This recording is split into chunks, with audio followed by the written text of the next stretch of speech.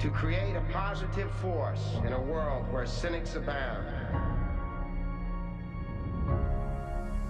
to provide information to people when it wasn't available before. I dedicate the news channel for America, the cable news network. Right now, Ukrainians are bracing for what will happen tonight. That was just a mortar strike. People are so exhausted. They don't know what's next for them. Putin might use a nuclear weapon. Is there any hope? This is CNN special live coverage. History in human spaceflight. Let's take you to the White House now. Look at the Supreme Court. We're talking about precedent. CNN is there, in the middle. Something remarkable actually happened. Wow, that's still crazy, right? You can travel around the world and you can share this connection. So many different cultures. As a reporter, the implications are wild. I promised we were going to get to the tricky part. All right, let's go. Show them some love! Optimism, inclusion. Our country has been waiting for this moment. Good to see y'all. It's more important than ever to know what is true and what is not. Challenging our leaders, checking the facts, keeping them honest. That is our job. Wherever the story leads, how far do we take it? This. This is CNN.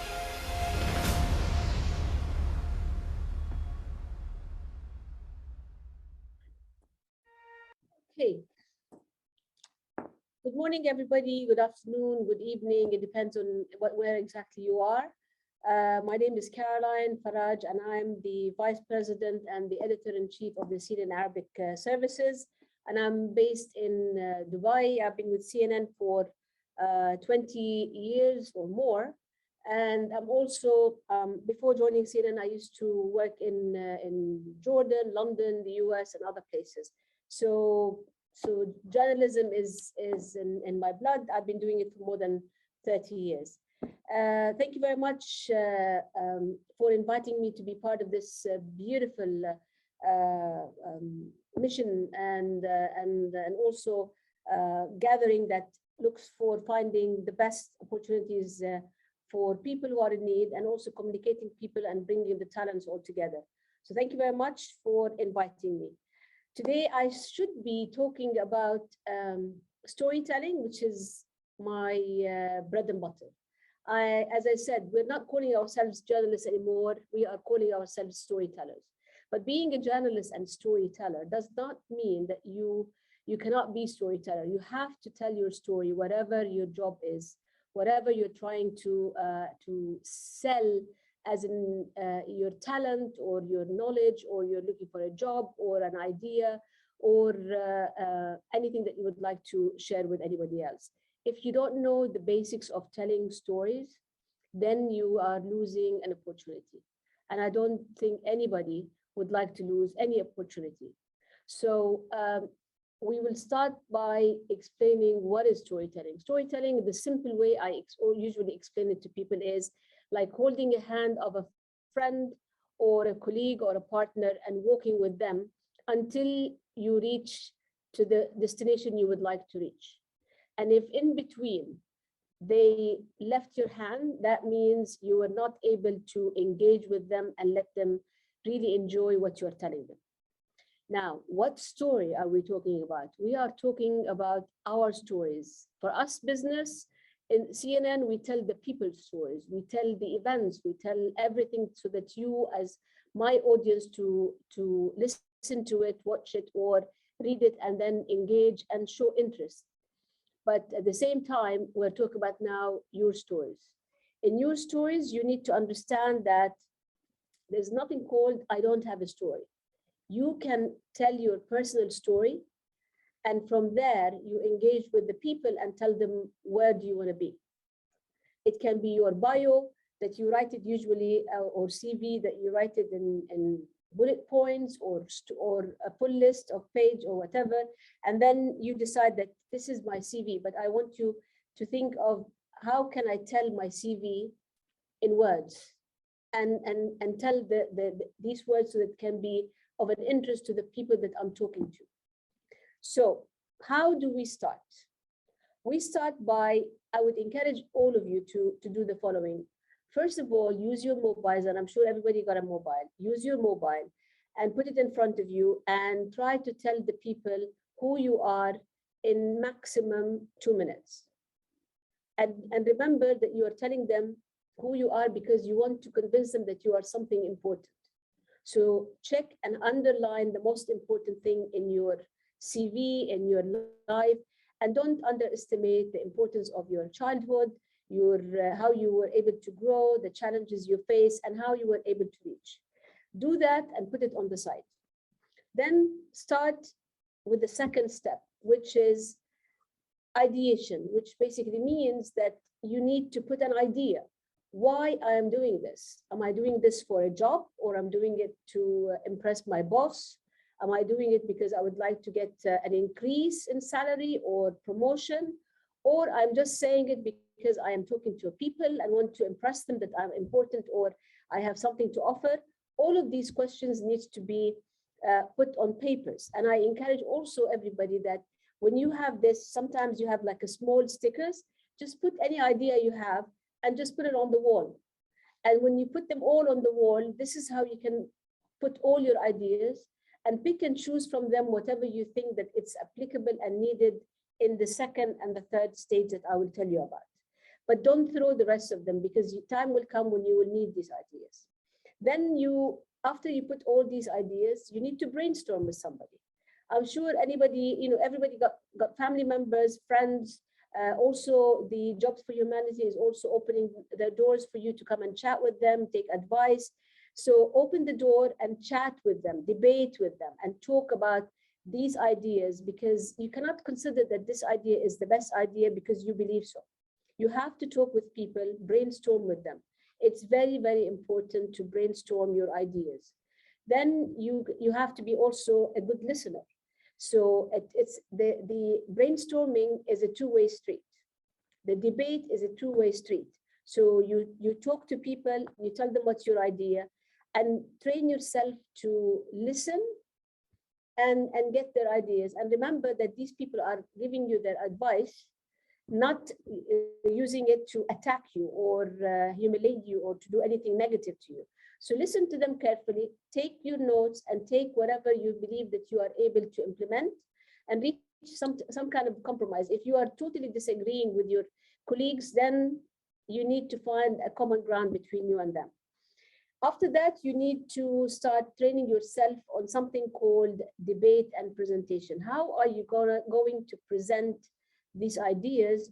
And after you brainstormed, how are you going to put all these ideas into action, into practice?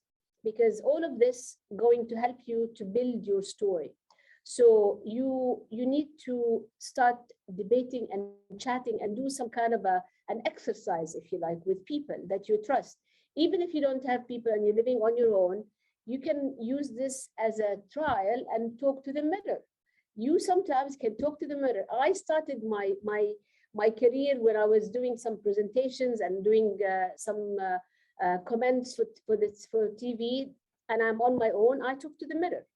You now have the mobile. Talk to the mobile. Shoot this on your mobile and look at it and see, is it really convincing? Was I really clear in my how I'm presenting this? Is my idea clear? Did I touch upon all of these things? And always remember, we're talking about short sentences. As we call them in our business, we call them sound bites. The shorter the sentence is, the better it is for anybody who's listening to you. And make use of the time. You need to also follow something called the importance of time management. Why time management? Because you need to make use of the 2 to 5 minutes that you are talking to people with the best information you have to impress them, to leave an impression, and to remember you. Start by immediately, you don't need to start and lose the time by thanking people for having you and all these compliments. If somebody tells you that you have 2 minutes to tell your story or tell us who you are and why would I hire you, you have to make use of this. Don't lose a few seconds by saying, thank you very much for having me. I would like to tell you about myself. I know that you're telling me about yourself. Go straight, shoot immediately. So straight to the point and make use of the time. So time management is very important, and keep trying and doing rehearsal before you go to do any interview. Do that. As you know, mobiles, now you have internet, you're joining the session, so you can always use this as a trial. Do it once, twice, 3 times. When you record it, see it and give yourself some grades. Take it to anybody you trust and let them see it, so that you can have more than one opinion. Now, after that, you need to know, what is the strategy behind my message? Am I doing it with clear message that the strategy is clear and I know what I'm doing or not? So that's something that you can also ask yourself. The most important thing that you need to do is to know who is your audience. Meaning, if I'm talking to friends, I can talk to them in a different way, different message, because they will accept me as friends. If you're applying for a job, you need to know how to deliver your message. You need to know that these people need to be impressed. They need to pick you and first to shortlist you, and then you need to prove to them that you are the best choice they're having and the best person they can have. That's why you need to shed the light on the best part of your CV and your life and your character and capabilities as well. So make use of the time and present it in a way that can be delivered. If I'm talking to people who are not, I don't know who they are, like for example now, and I know almost who you are from and why you're here. So I know the interests that you have. So I know in a way my audience. But if you're talking to people without seeing them, and that's often happening now after COVID, then you need to know that I am talking to unknown people. Then I have to be careful not to make jokes, not to lose time, and also to be straightforward. If people are putting their cameras, then different thing, that I can see their expressions. If they're nodding, that means they're agreeing with me, then I can build on it and continue. If they are, if they're not, if they're smiling, then they liked my point. But as I said, there's no jokes and sense of humor when it comes to these things, unless it's the second or the third interview. So make sure that your audience are clear. If you're talking to people, or you're not talking to people, you're just writing a CV, you also need to know which business you're applying for. You cannot just have one CV that fits for all. Every job you're applying for needs a different CV. Now, how I usually choose people, and please, anybody has any question while I'm talking, don't at all hesitate, just tell me, raise your hand. You can see the services on as part of Zoom, and I will give you the floor to ask questions. Now, how do I accept people and how do I hire people? Now, I'm here. I opened the first operation for CNN in the GCC country, which is the Gulf countries. I came here more than 20 years ago in order to build the first Gulf operation, and also which was also the 5th operation in the region, as well as opening the first operation that is handling, also focusing on the Arabic speaking world, which is the Arabic services. So that was a totally new area and new job for me. Now, hiring people, at the beginning, I used to get CVs and I read the CVs and then I interview people and so on. Then gradually, I started to stop reading CVs. I asked the people to tell me who they are and why would I hire them. So that means you need to practice who you are, why I'm hiring you, short sentences. You look in the eye of the person that you're interviewing. You cannot talk to me and you want me to hire you while you're looking at your mobile or you're looking down. Straight, look at my face and convince me that you're qualified and I am choosing the right person here. So make sure that eye contacts are there.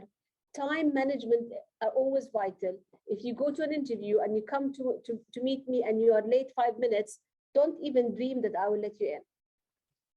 If you have an appointment, you need to understand that you need to practice. If you are physically going to the interview, do it the way I do it until now. I've been working for more than 30 years and I'm still doing the same thing. If I'm going to a new address, I go a day before or earlier to make sure that I know the address.